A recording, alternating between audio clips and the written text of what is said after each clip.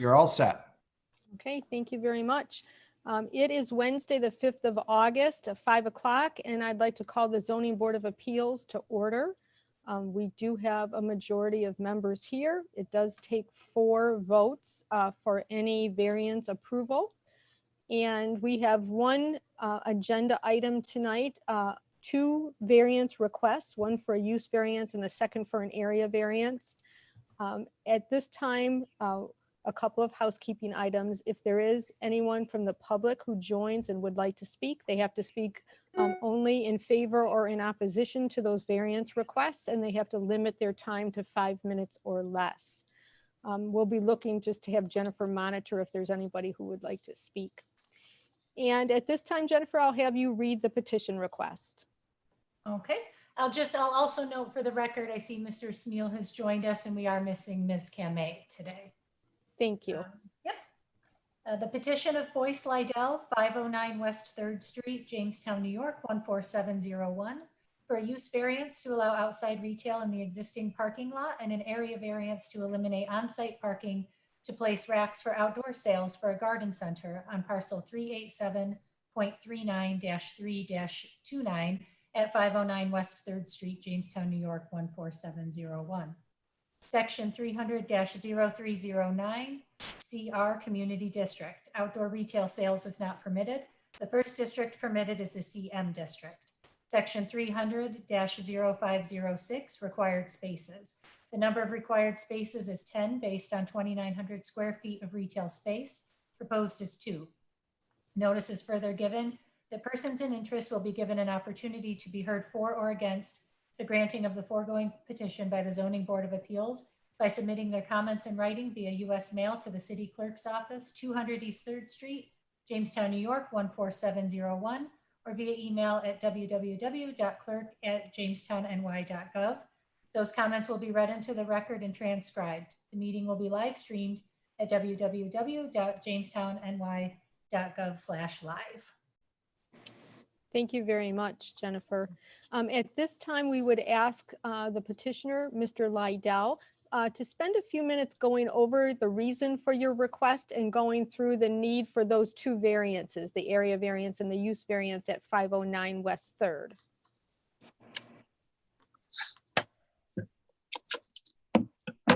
Give me just a moment here. I'm going to see if this noise is going to get loud again or not. Hold on. Okay. And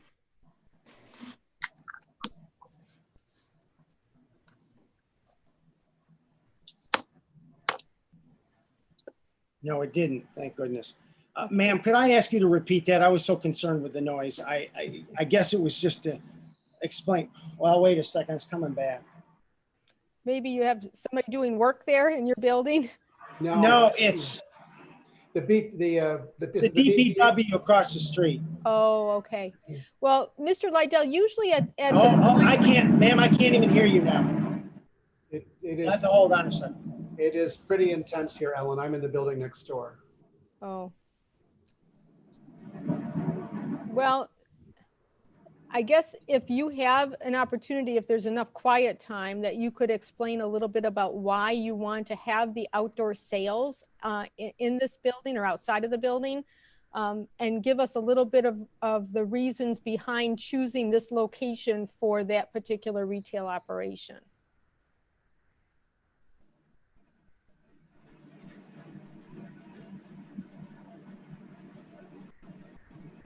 Apparently there's some DPW or BPU work going on right there on 3rd Street. There, it hopefully won't come back for a few minutes at least. I'm sorry, I didn't hear any. I know you were talking with Mr. Nelson. I have no idea.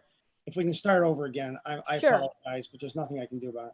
That's okay. Why don't you just in a few minutes or as quickly as you can explain why you have decided you want to do outdoor sales at this address, and the reason why you are requesting the use and area variance for this particular business. You know, why this location, and can you give us a little bit more detail? Well, I own this building, and maybe I mean, I like this building, and I like the idea of being on 3rd Street. I probably underestimated the amount of square footage that I need inside. Even though this is a big building, a lot of it's not very accessible because it's down below the level, and it's, you legally can't really access it with the stairs that are here. I'm putting together like a country store in here with antiques and things like candles and soaps and antique lamp parts and things of that nature. And I wanted, and I didn't think, I mean, probably my own fault, that I had any problems selling things like wicker or urns or plant things outside, and also wanted to access it with plants, annuals, and perennials. And then I found out through talking with Larry that I can't do that. So it was really part of the program. I wanted to be able to attract the Chautauqua type tourist here. Also, because I'm set back from the road, it's a lot harder to see. I don't have storefront visibility, which I'm not really complaining about. I kind of like being set back because I like having the space. But on the other hand, it limits, you know, how close I can be to the road for people to see what's going on. So really, it's integral to part of my business to be able to sell that type of thing, especially being in the Chautauqua area where outdoor stuff is very popular. It's very popular with Chautauqua and people around the lake. And I can't put that stuff inside for a couple of reasons. One, I don't have the space. And two, it generally, I wouldn't say wicker so much, but when it comes to plants and old urns and cast iron urns and stuff like that, planters, that's just not conducive to having doors.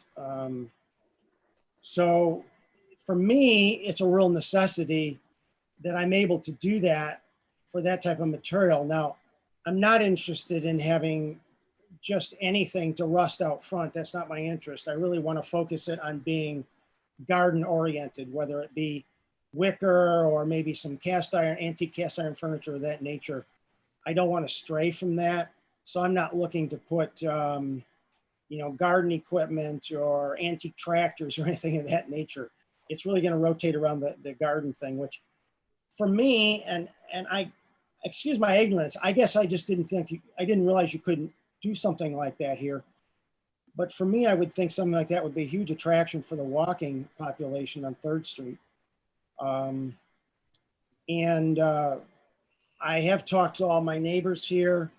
None of them have any complaints with me doing this. I went to all the tenants in the Springshorn building. I talked to the owner of the Springshorn building. I've gotten to know the owners and tenants in the Alliance Advisory building next door. We're very good friends. And they seem to think that we can all make it work out because we share the same entrance to the driveway, so on. And they kind of have an idea, you know, what I'm doing because I've been here for a couple of years working in the building. So for me, it is a real hardship if I can't use outdoor sales. I wouldn't mind also occasionally, I mean, I want to be able to wheel things out like, you know, things that you put flower pots on, or maybe a piece of furniture or something outside to lure people in that I put back in at night. But that's what most antique shops do when you travel to them. They almost always have some things out front. Some of them have barns and stuff in the back. Some of them use their front lawns. So I really need that here, to be honest with you. I really think I do, to be cost effective, to make it work here. That explains the use variance, or at least why you're asking for that. But the area variance is about the parking spaces, and you would be eliminating some parking spaces in favor of this. Okay, let me address that. When Larry filled this form out for me, I probably should have taken more time and taken the form home first and looked at it. When he filled it out, I said, well, I use some of the parking for plants and so on. And he put that in there. But the way I the way I've done a drawing for you folks, I've left the same amount of parking there that is there presently. There's 5 spots there right now, and I can still leave those 5 spots there if that's requested. Now, personally, and I could ask Mark Nelson, who's with us, his assessment of this as well. The only time I've ever seen parking out front to capacity was during Lucy Fest. there's always parking on the street. I mean, today I went out there when Larry was by and you literally couldn't see a car for a quarter mile down the street on my side of the street. The other side of the street had some cars. So there really isn't a parking problem. Now, sometimes at Alliance, they have it full because your customers go in there, but there is always street parking. But in order to accommodate and not try to upset the apple cart, so to speak, I made this drawing where I can legitimately leave those 5 spaces if need be. Now, I'm not saying I wouldn't like to use some of that space, but I wouldn't have to if it made a difference in me getting this variance. I think you all do have a copy of this drawing, do you not? Yes, Yeah. yes, we did receive it late this afternoon. Thank you. It's pretty close to scale. It may be off a foot or 2 here or there, but hello? Oh, no. Oh, okay, you put it up there. Yeah. So you guys can't see my cursor, can you? No, I guess you can't. So the entrance, it says entrance from street. That's the existing entrance that's there now. And it serves both Alliance next door and myself. Most of the entrances is on my property. It doesn't really matter to me. And then there's a strip down the center that generally Alliance uses, but it's owned by the city. It's 16 feet. And then my parking spaces are in exactly the same spot that they are presently, except they're 9 feet away from the wall now. Instead of being right up to the wall of Springshorn, they're 9 feet away from it so that I can put display and sales there if I wish to. But it doesn't really change in my estimation. And I know Larry and I looked at it this morning and he didn't really have the time to give his assessment. But in my assessment, it doesn't change the fact that people still can pull in there and still get out any differently than they ever have in the past when it was Craft World. So I don't think it changes the parking.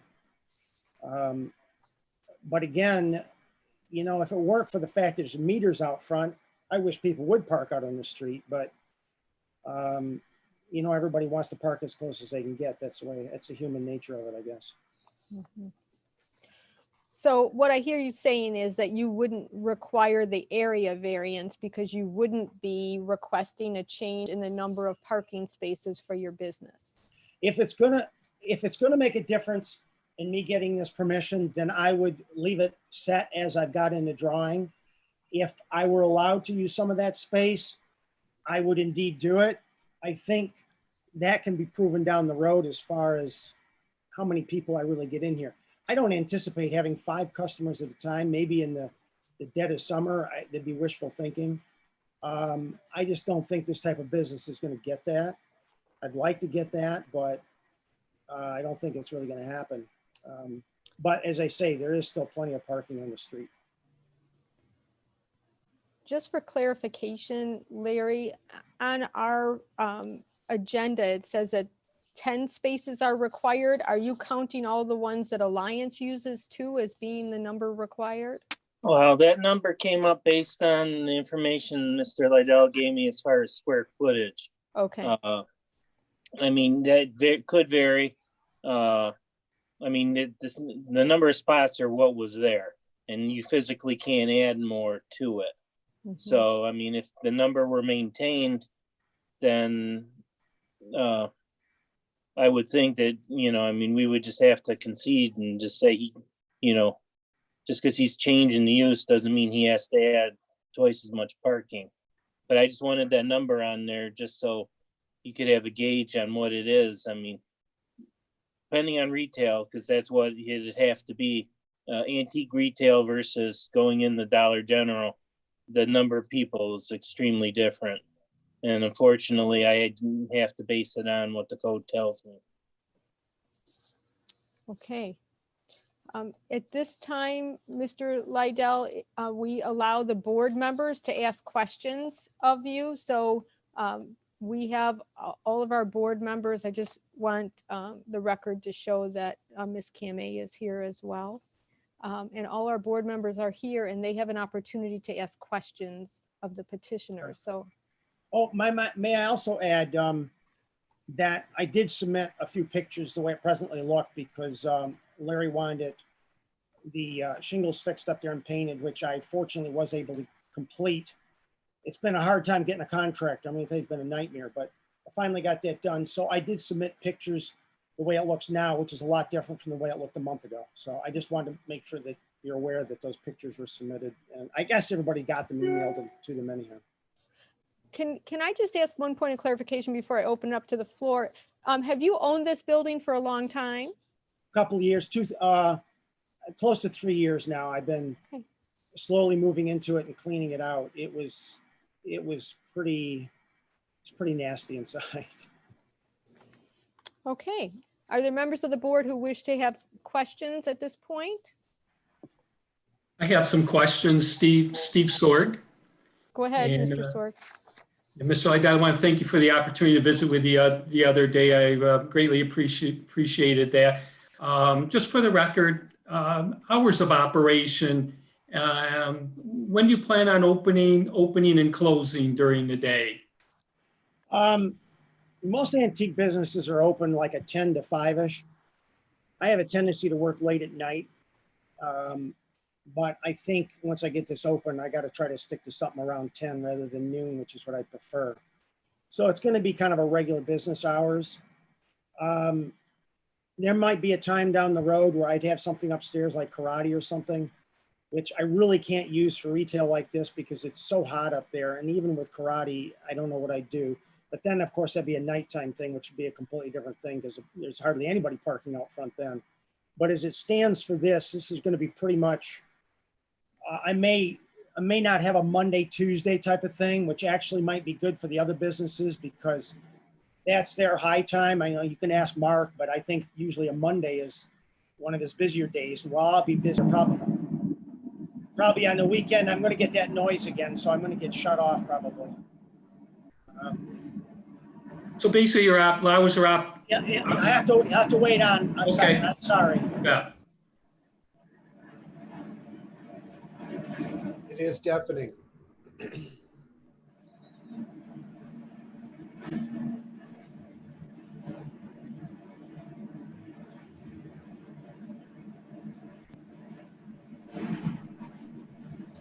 Sounds like we're taking off. Hopefully it's short-lived. Oh, So it sounds like your hours of operation would be from 10 in the morning till 5 or 6 o'clock at night?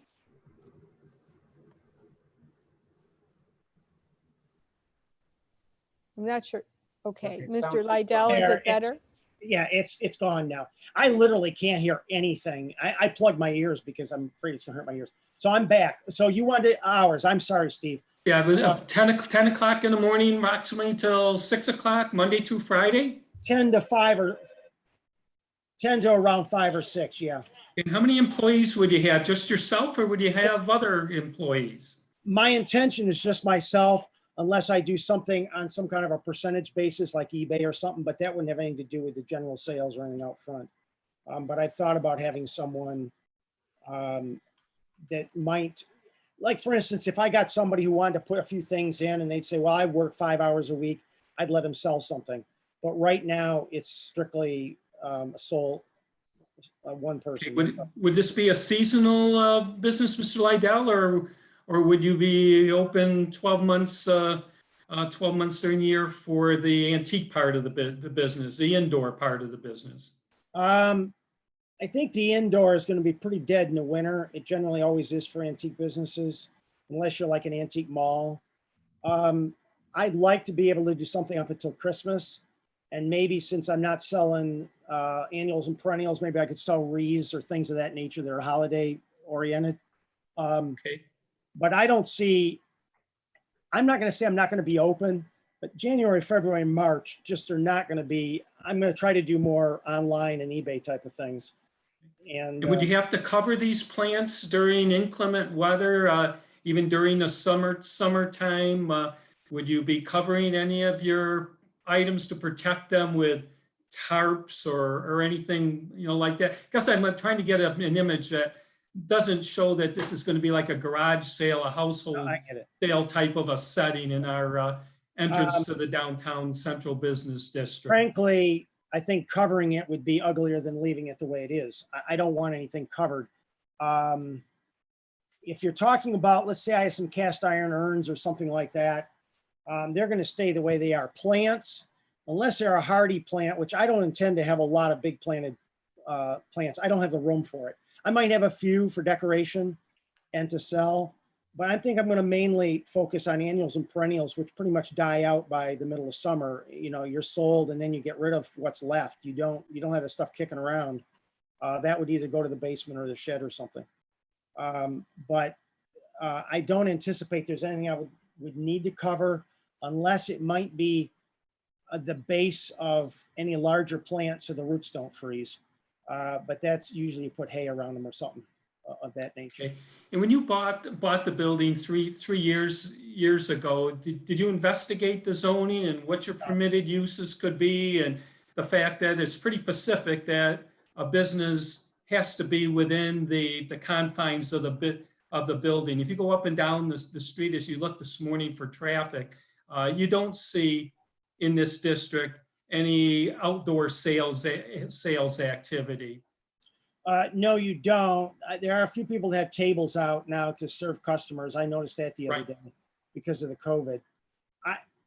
I understand that. And yes, I have no one to blame but myself that I didn't look into that. I needed to move and I did not investigate that. And I guess I should have. I think it's sad though, with Jamestown needing business on 3rd Street, that they don't look into that as far as people being able to do it where it isn't a liability or safety hazard. Now, most people don't have the ability I have to have a place to put it in the front.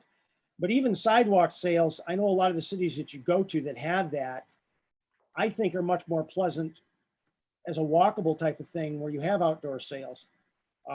That's my personal opinion, but that has nothing to do with the fact that it's not in the code at this point. So to answer your question directly, no, I did not. And I have to blame myself for that. And are you aware that, when this board just has appellate authority or powers, I guess, what that means is that we are reviewing for you a decision that Mr. Scalise has made, and it's open to some interpretations and modifications. We can either affirm or disagree with what his position has been with regards to your petition. But this, I guess, zoning variances, use variances, area variances are made to be difficult to get for this reason, that these variances run with the land. They don't expire or terminate when Boyce Lydell decides that it's time to sell the building. So any decisions that are made, Mr. Lydell, they run with a property, and there's been a significant investment in Jamestown.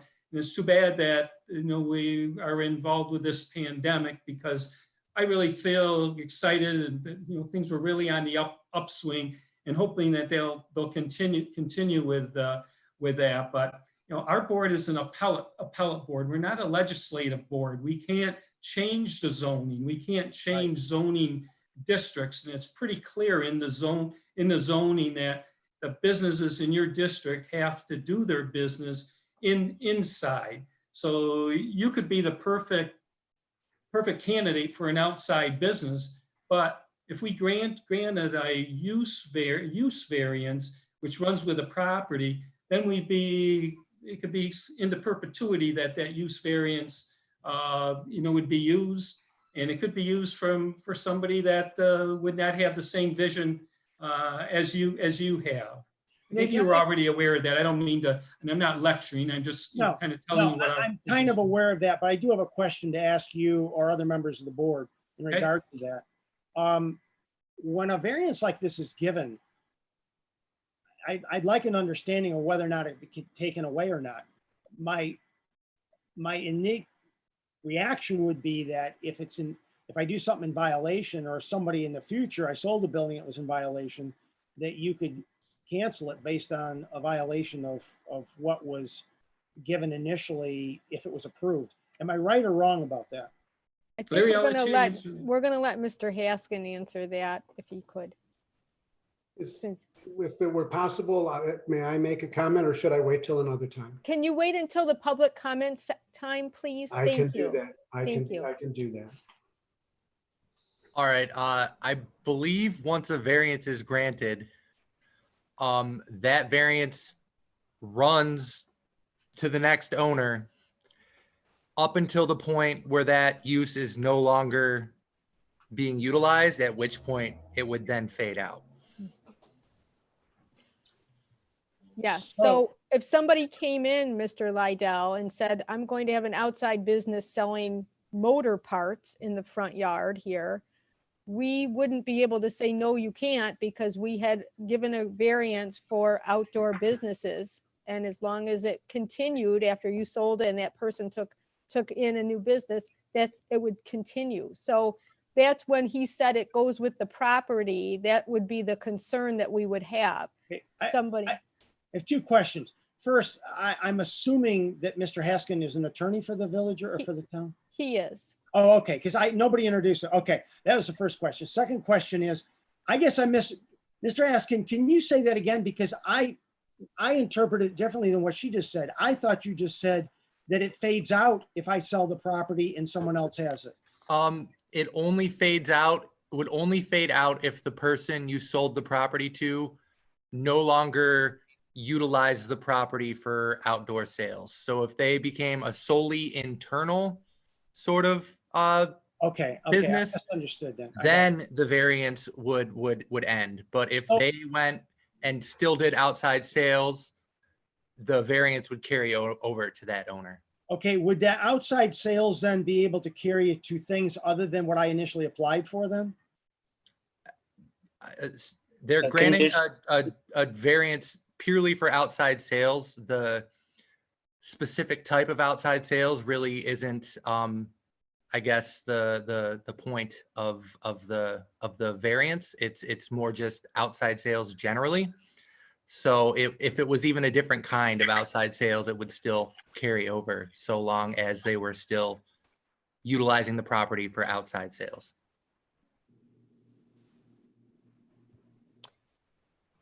Sir, how many floors are in the building that you own? 6. Could you use those 6 floors to sell what you're trying to sell outdoors? Now, that's what I said from the beginning, that the floors below this are just not conducive for that. They're not conducive for that for many reasons. It would be cost prohibitive to renovate them to be usable, both for safety, both for, they don't have another exit. They only have, I don't want to say rickety stairs, but they have old stairs that go up and down. You know, that's not my intention with that at this point. Is just storage and places to work, because the floors get smaller as you go down. In fact, when you get to the bottom, it's a very small space because it's built on a hill. So I really don't have that ability. And frankly, I don't want the liability of people going up and down those stairs either, frankly. The upstairs could be used. It was used by, All right, thank you. That's all the questions I had. all right. Thank you, Mr. Panabianco. Are there other questions from members of the board? I guess I still have a couple of questions. I'm sorry. The use of the building, it appears from assessor's records, Mr. Lydell, that the building has 20,000 square feet. It may have more than that. You had commented there's 2 floors above grade. And then are there 5 floors below grade? No, there's 2 on 3rd Street and above, and there's 4 below. It's four below grade, And below they grade. The surface of the graduate, road. they graduated an angle. Okay. Graduated an angle. Okay. So when you bought the building, was your, I'm gonna lose you, Steve. You might just. okay, that's fine. I'll wait. Thank you.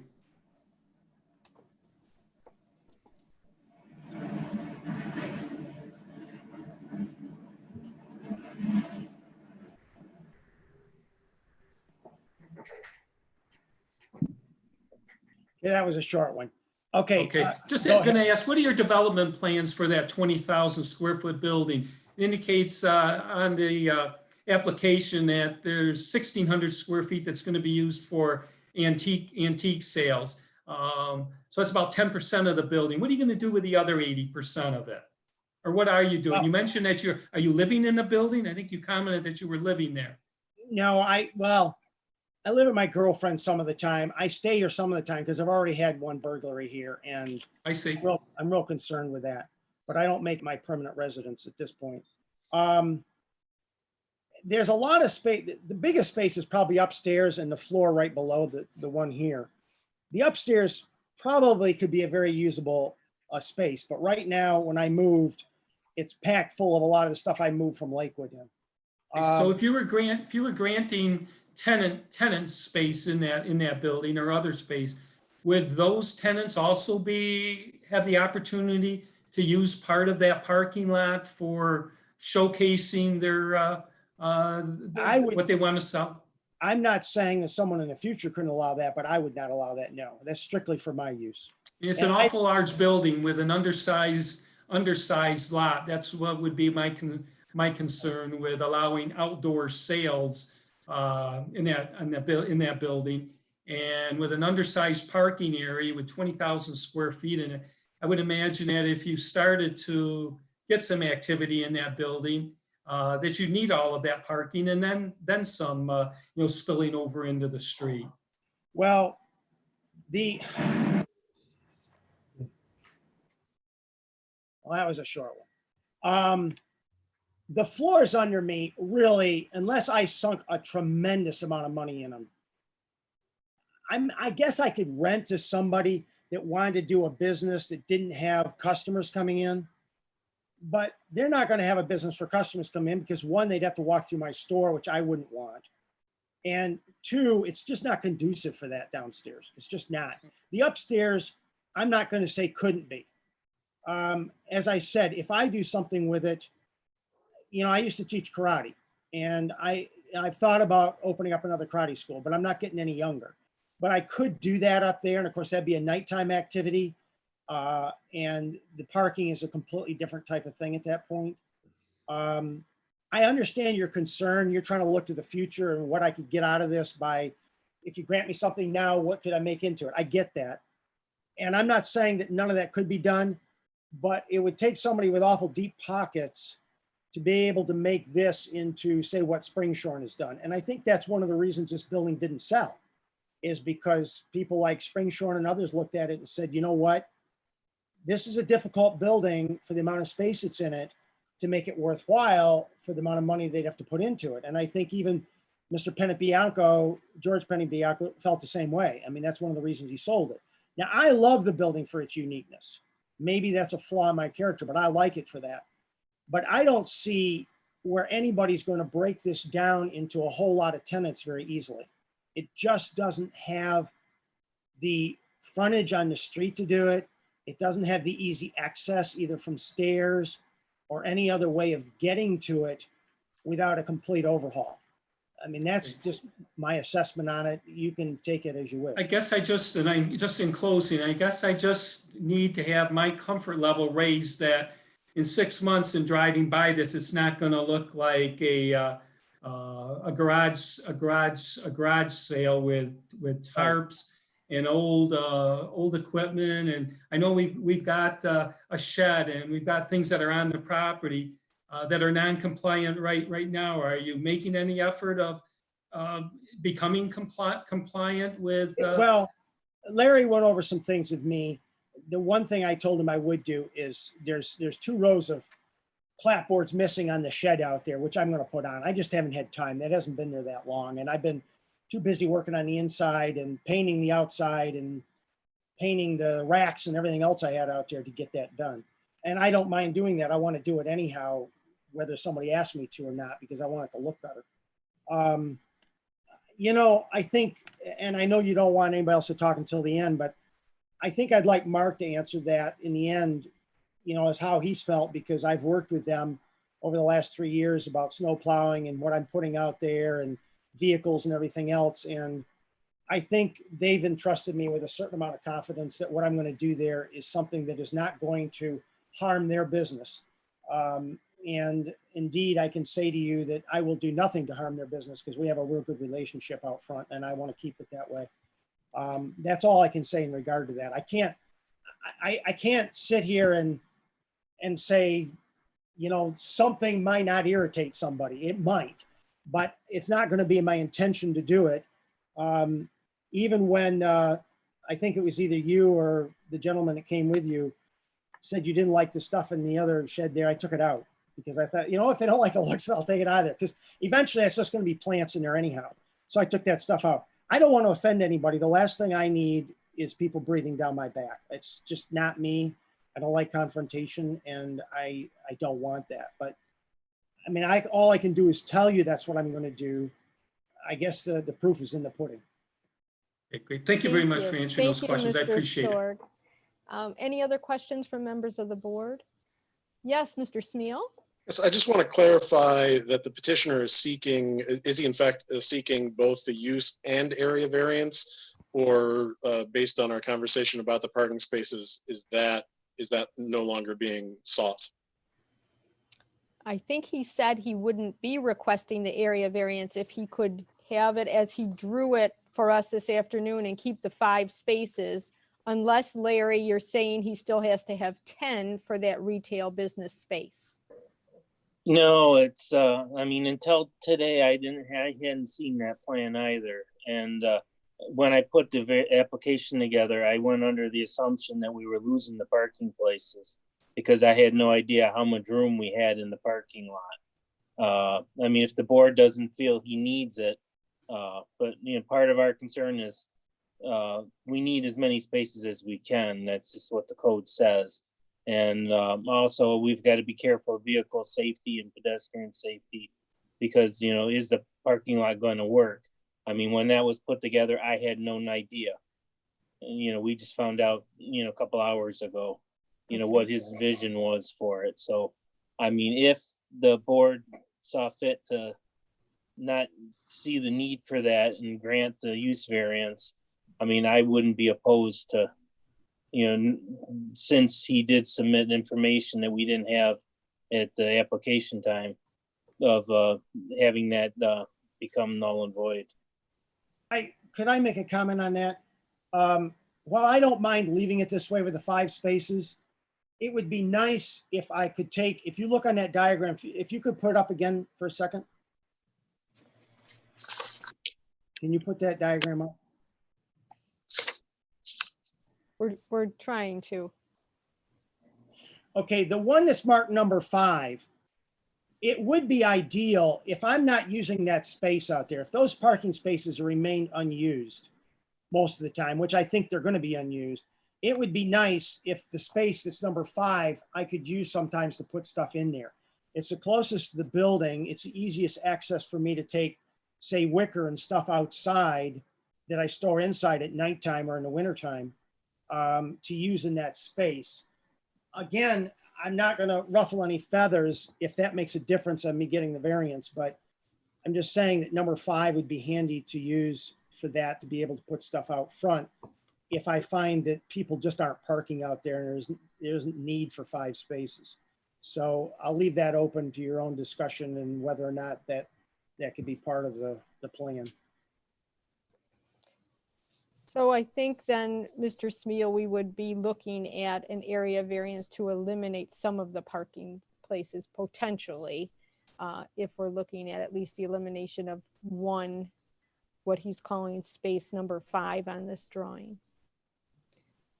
And just before we move to the public comment, Mr. Lydell, I'd just like to ask you, can this business, the antique business, operate without the outdoor portion that you're seeking here? Well, not the way that I've got it figured out to make enough money to pull off the business here. For me to have a store and store hours, I've got enough income come through here, and I really need to cater to the Chautauqua trade. And Chautauqua trade, a lot of it is outdoor stuff. A lot of it is wicker. A lot of it is plant sales. And do I think I can? I don't even want to take that chance, to be honest with you. I don't know that I can. I think it's cutting it very close. That's one reason why I want to work more internet sales too, to do it. But for me to have open hours and do this, I really feel that I've got to have this out front. Okay, thank you for that comment. At this point, we would be opening this up for public comment. Again, people can, they must state their name and home address, and they can speak in favor or in opposition to the variance requests. There still are two on the table, a use variance and an area variance, and limit your comments to 5 minutes or less. Is there someone who would like to speak? Well, I would be happy to. My name is Mark Nelson. My residence is 69 Fruit Run Street in Frewsburg. I'm representing the Alliance Advisory Group, which is the business that shares the parking lot with Mr. Lydell. And I also have a little bit of experience. I've been here 25 years, but prior to that, I was a part of the Downtown Jamestown Development Corporation. So I'm familiar with downtown and the need to people drawing events and activities. Couple of things. First of all, with the parking lot, if Mr. Lydell's property were closer to the street, such as the Sprinchorn building, he would be using, the on-street parking. The Sprinchorn does not have dedicated property for parking, and I believe there's plenty of parking on street. There's also a metered lot across the street. There's also a private lot on the other side of that street that if we needed to rent space, we could. But we have a small lot, and on occasion, I park off-site so that we can allow our clients and patrons to get in here. We've talked with Mr. Lydell about sharing the parking lot. We share maintenance, and I share concerns about what he may or may not have. And we're pretty confident that Boyce is going to be working towards a quality image on the street. But I'm sensitive to the fact that the next person coming in may not. But when we look at the element of downtown and Mr. Sorg's comments about the traditional downtown did not include an ice arena. The traditional downtown did not include a comedy center. We've added food trucks to the downtown street presence. So it appears to me that, we're looking to encourage more activity on the street. We're looking to allow the restaurants to come out. We're looking to bring new products, new services, new concepts to the downtown. So on that, I've talked with Boyce. Okay, looking good is good for business, and I've expressed my concerns about image, and we have an image, and I think that Boyce is considering that, is working towards complimenting us as we're working to compliment him. We're concerned about safety, and we believe that the structure of the parking will keep both of our clients safe. We have a number of elderly people that come in, and we believe there's enough room for egress and getting in and out of the parking lot. So from a neighboring point of view, we're pretty comfortable with what Boyce is projecting. It is not the traditional downtown of the 70s, but what is. So as far as an on-street presence and drawing people in and creating that street level activity, we're in support of the effort and of Boyce's plan and his particular image for the program. Thank you very much, Mr. Nelson. Appreciate that. Are there any comments that were sent either via email or via letter? I do. I have two items to read into the record. Thank you. Yep. The first comes to us from the Alliance Advisory Group. To whom it may concern, our agency has been a part of the downtown Jamestown community for 46 years. The last 25 have been as building owners of 513 West 3rd Street. We have seen many changes to downtown Jamestown and have been especially encouraged by the addition of the Ice Arena and the National Comedy Center. The concept of neither was even thought of when decided to become a part of the traditional business community. As neighboring property owners, we are encouraged with Boyce Lydell's vision of an antique country store with garden and antique sales out front of the building. We share a parking lot and believe that we can work together to support the safe and easy access and ingress from this lot. Lydell's property setting is unique, and the space allows for outdoor sales and will complement the character and charm of the Chautauqua region by adding to the outdoor sales and activity to encourage a more accessible and visible business district. If Jamestown is to continue to grow and evolve, we must encourage the redesign of traditional buildings and business models. We encourage your consideration of Mr. Lydell's variance request. Sincerely, and that's signed Robert S. Johnson, WJBN Associates. And the second one comes from John Elder Productions, 21 West 3rd Street, Jamestown, New York, 14701. To the City of Jamestown Zoning Board regarding zoning variance for Boyce Lydell and his business on 3rd Street in Jamestown. As a business owner of 32 years in downtown Jamestown, I thought I would take a moment to support my fellow 3rd Street merchant Boyce Lydell. I am a firm believer that the environment proposed for exterior sales at his address will be a beautiful addition to the area. Currently has nothing to offer for walking traffic in that direction. The genius of his interior shop combined with exterior displays will be an attractive element to further the downtown experience. In today's economic environment, I believe an entrepreneur such as Boyce needs every tool they can use to aid in success. Sincerely, John Elder. Thank you. At this point, we would be looking for any other questions or clarifications from members of the board. Anyone have any further questions? I don't have any questions. I do have some kind of closing comments, if I could make them, or if you'd like me to do it at another time, that's fine too. Go ahead, Mr. Sorg. Okay. Once again, I go back to the fact that we are not a legislative board. We are an appellate board. We don't have, the statutes don't allow us to change zoning or change zoning districts. So before a board can exercise its discretion and grant a use variance on the cause of unnecessary hardship, the record has to show that there's an economic hardship, not from a business standpoint, but the building standpoint, that building cannot be used for the purposes that are outlined in the zoning code. And there's a wide range of uses, and a use as an antique shop would fall within that uses. The second test that must be made is that the property is unique, and the Court of Appeals says that the uniqueness and the hardships relate to the land and not the personal circumstances of the owner. So if a property owner says that I can't make it without outdoor sales, that's irrelevant because it's the uniqueness of the land and the property, not because the property owner can't make a go of it. And then the third thing is that the use will not change the essential character of the neighborhood. And I'm not convinced of that, I guess, at this point, that it won't look like a yard sale in the front of that yard. And then fourthly, that the alleged hardship has not been self-created. And I believe that it has. So I guess I feel that the petitioner has not met the test of these four essential legal requirements. And the rules laid down in statutes, and I'm not a legal beagle, but I've done a little bit of research, and the applicable case law requirements say that we as a zoning board of appeals in reviewing applications for a use variance, we must find that these four elements have been satisfied before we grant that use. Thank you, Mr. Sorg. You are correct in terms of reviewing each one of those tenets of the use variance requests. Are there any other questions or clarifications for members of the board?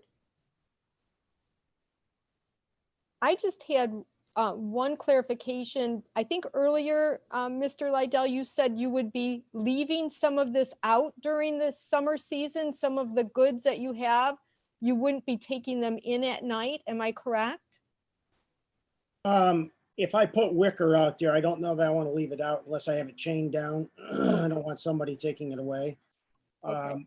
But I don't think I'd be bringing plants inside here at night. That'd be a kind of a dirty project. But when it came to wicker or something valuable, I've either got to have some kind of a security for it or bring it inside and then put it out. And in the winter time, I'd probably store it down below because it wouldn't really be saleable in the winter time, and I wouldn't have space up here. Sure. Okay, thank you for that clarification. At this point, I would be looking for a motion for the use and area variances that are requested at 509 West 3rd Street. for an outside retail business, and also to eliminate at least one of the parking spaces so that there would be 4+ parking spaces. Is there someone on the board who would like to make that motion?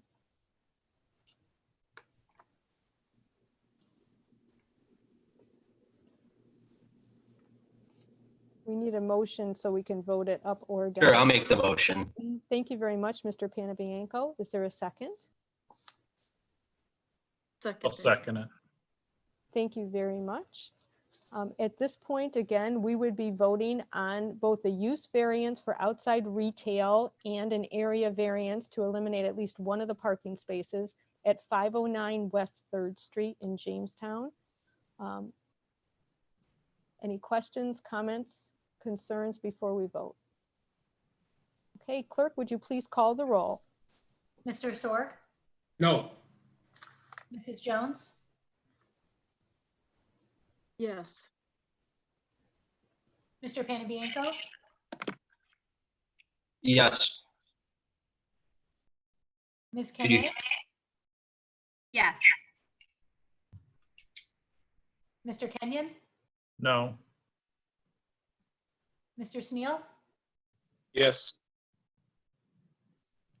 Chairwoman DeTanto. No. The vote is 4-3. That means that your variance requests have been approved. You will need to work with Mr. Scalise and the Department of Development to make sure that you can get things in order to go forward with your business. Thank you very much, Mr. Lydell. Thank you. I appreciate it. And at this point, we would have the board members remain, if we could, on the meeting. And we are going to, again, discuss some of the details of process and efficiency and how we can work through some of these details of use variances, area variances, and special use permits. Mr. Lydell, is there anything else that otherwise we'll let you go, okay? Right, that's fine. I don't need to do anything. You cut it No. off? Yeah, Okay, yep, great. Thank you okay. for your time. Thank you very much. Bye.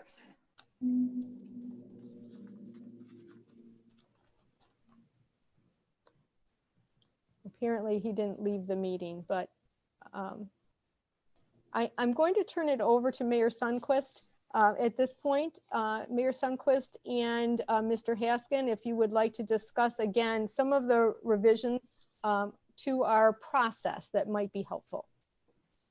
Great. Thank you, Chairperson DeTanto. I really appreciate it.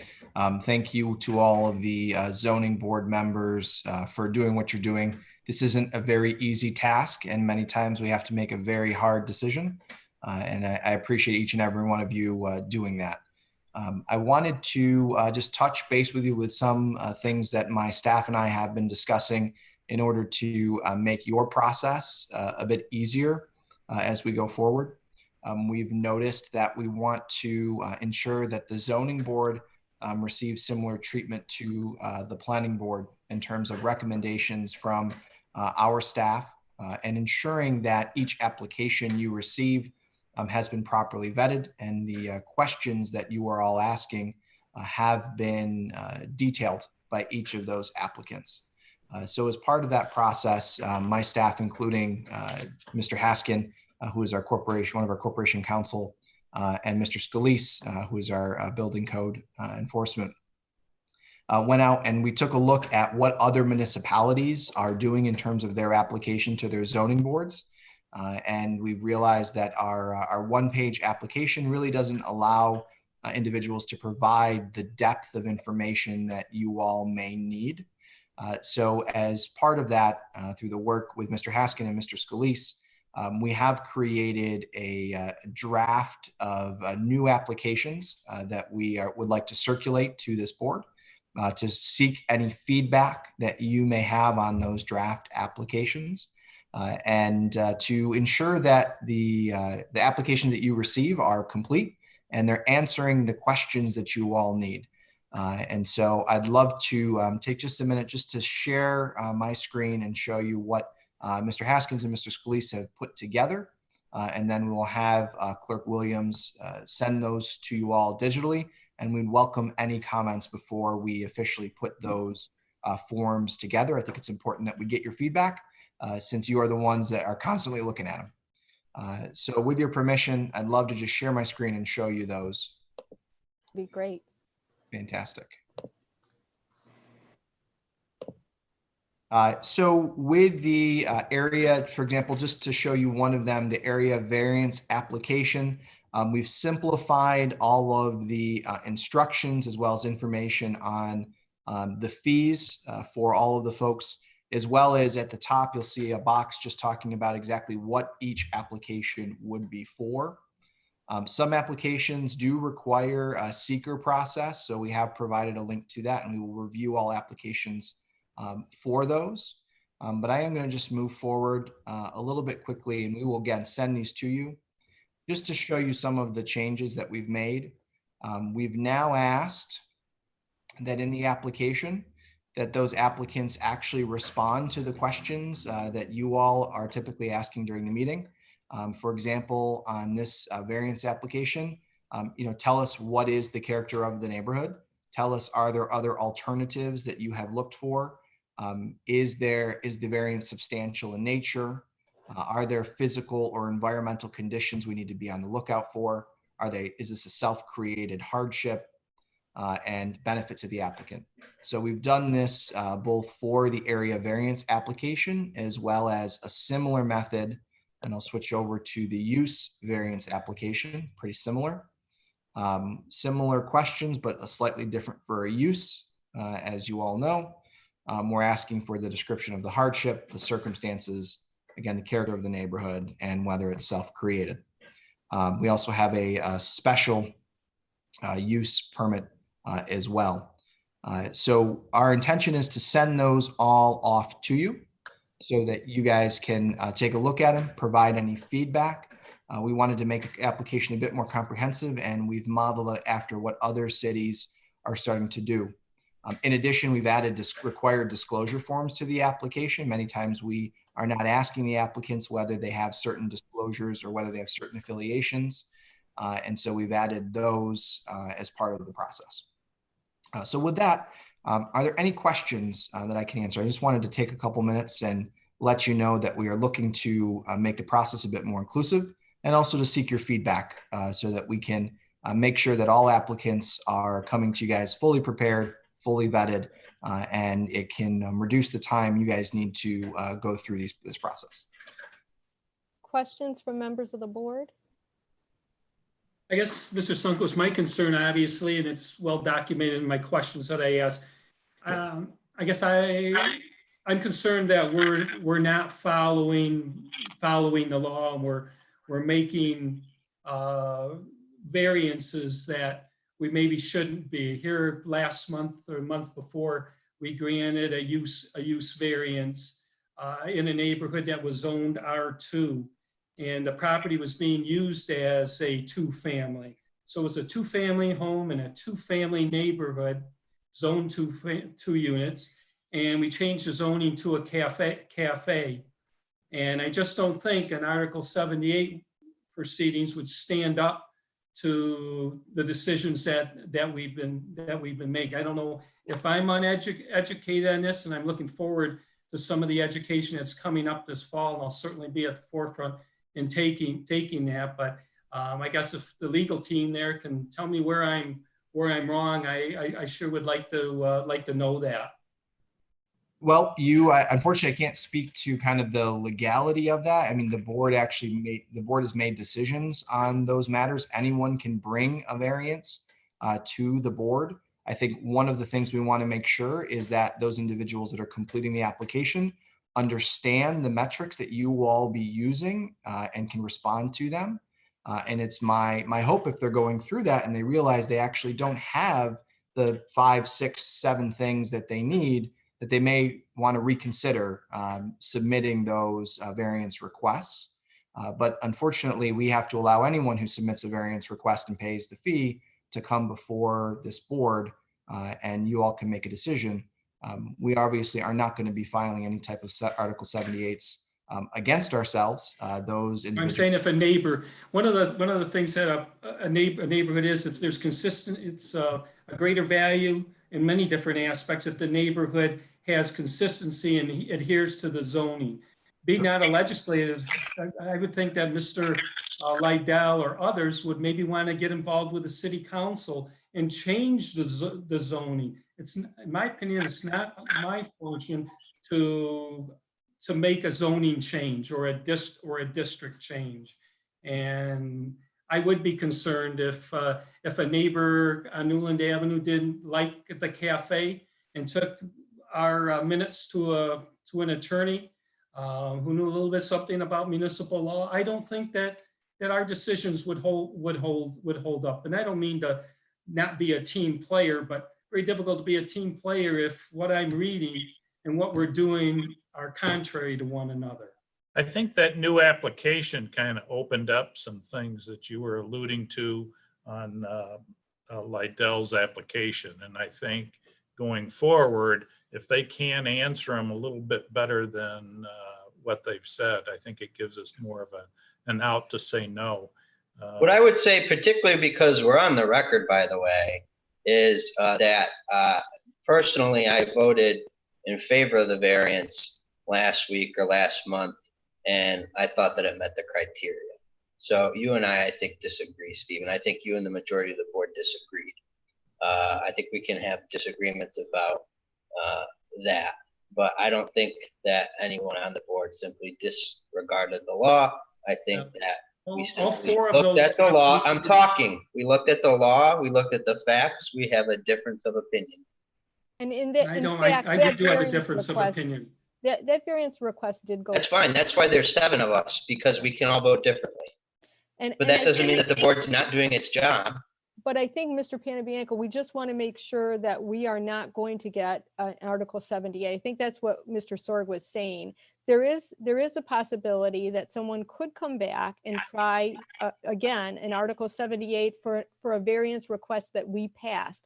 And they go on our record. They go on the public record. Did we ask all the right questions? Did we go through each and every single one of those requests in terms of a variance, and is it needed? And we would want to be cautious. That's why I'm really pleased to see what you brought to us today, Mr. Mayor, in terms of more information that is going to be on the application. And one of the questions I had is, will this be vetted by the development department, where they would actually be recommending, like they do at planning, that the variance request should be approved, or the variances, whatever. Is that going to happen as part of this extended process? That has been part of our discussion.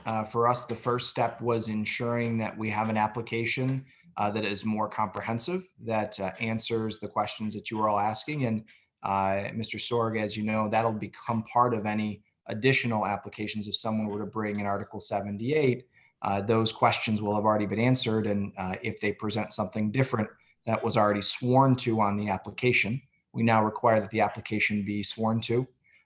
So there's obviously some room for you all to make some additional decisions based on that. So it does provide some protection there.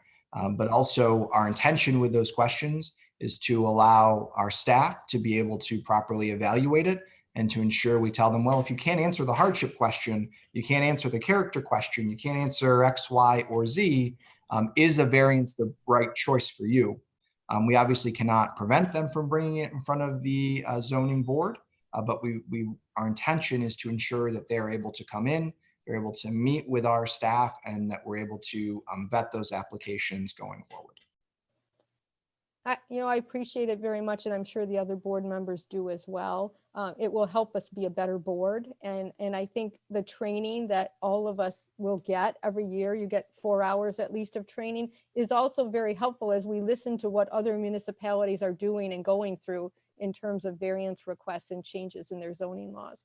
And I think somebody, maybe it was Mr. Sorg, said that maybe there should be some changes in the zoning law, and I do believe that that's one of the mayor's areas of concern. And I hope that in the future we'll be able to look at that, so we're not asked to spot zone or to change zoning, so that there can be a comprehensive plan.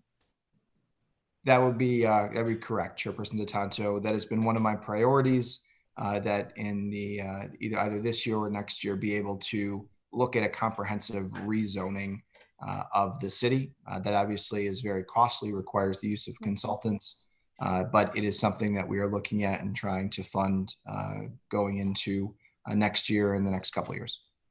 Good, good. Okay, any other questions? I think we'll have Jennifer send us that information in draft form so that we can look at it. And again, maybe have some comments that we would like to make to Mr. Haskin or Mayor Sundquist. Okay, are we set then? All right, I Thank think you. we'll see if we have any petitions for next month, and we'll hear from Jennifer and from Larry. Thank you very much, everybody. Have a good night. Thank you, Ellen. Night. Thank you.